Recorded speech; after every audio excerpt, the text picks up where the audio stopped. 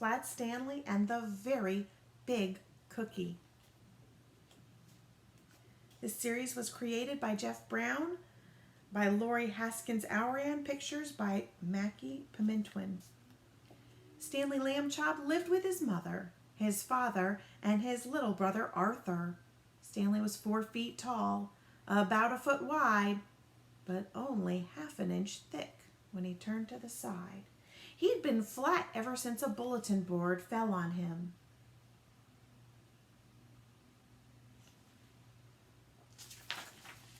People in Stanley's town liked having a flat boy around, especially since Stanley was always willing to lend a hand or even a whole arm. He helped the librarian reach books that slipped under the stacks. He helped the dentist smooth out the wallpaper in his office.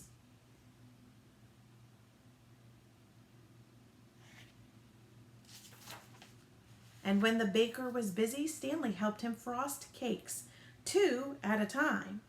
But one day, Stanley and Arthur went to Pete's Sweets and found that the baker wasn't busy at all. So there he is using his flat hands so he can frost a cake really quickly. I wonder what was wrong with the baker. "What's wrong?" asked Stanley. "It's the baker in the next town," said Pete. "He's taking away all my business." "But how?" Stanley asked. "What does he have that you don't?" 2 words, Pete said. "Cake pops." "Oh, cake pops, yummy," said Arthur. Stanley elbowed his brother. "What?" Arthur said. "They are."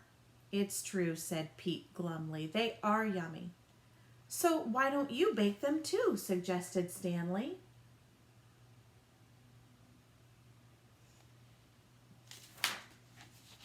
"I never copy another baker," said Pete. "I'm the one with the big ideas. The tart trend, I started that.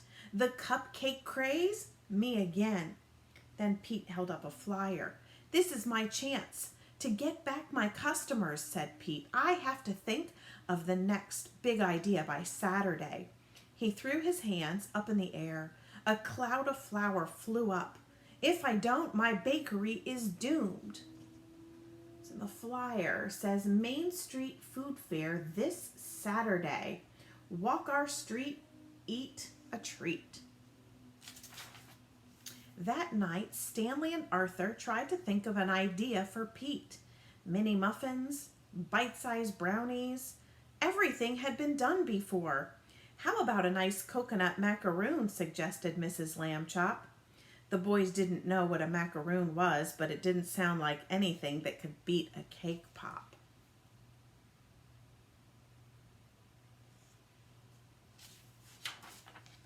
The next day was Friday. Stanley and Arthur stopped by the bakery after school. It was a mess. There was frosting everywhere. One whole table was covered with cookie dough.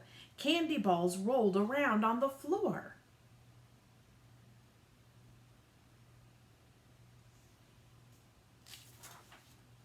"Mr. Pete," called Stanley. "What's going on? Whoa!" Stanley slipped on a candy ball.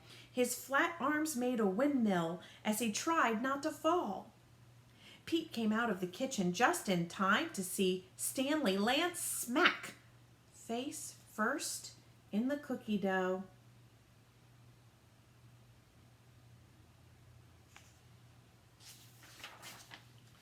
Arthur peeled his brother off the dough. There was a Stanley-shaped dent in it. "I'm so sorry, Pete," said Stanley.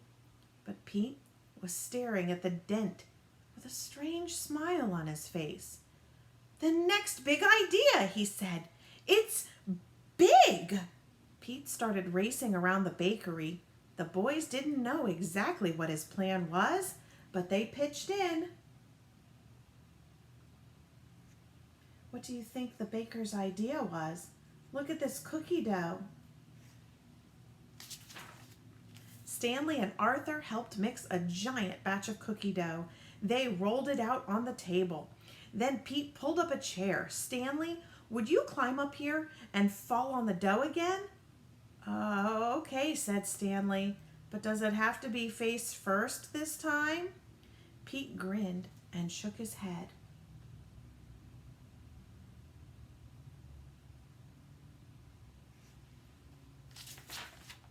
Stanley got up on the chair. He took a deep breath and fell backward. Perfect, said Pete. Arthur, pull away the extra dough. Pete and Arthur pulled and pulled. Then they helped Stanley stand up. On the table lay a gingerbread boy. It was 4 feet tall, about a foot wide, and half an inch thick. Just like you, Arthur told Stanley, only good looking. Look at that gingerbread they made. The cookie looked even better when it was baked and decorated. Wow, said Stanley. This might sound weird, but I want to take a bite of my head. Not now, said Pete. We have 3 dozen kid-sized cookies to make. Wow.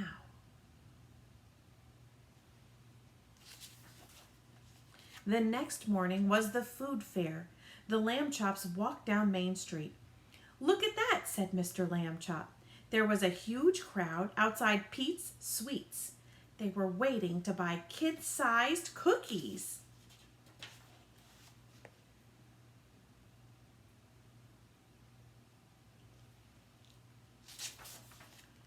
But there were 2 cookies that weren't for sale.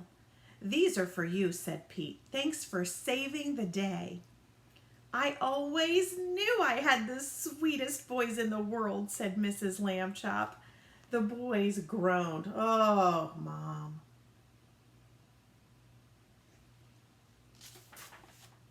And took a bite.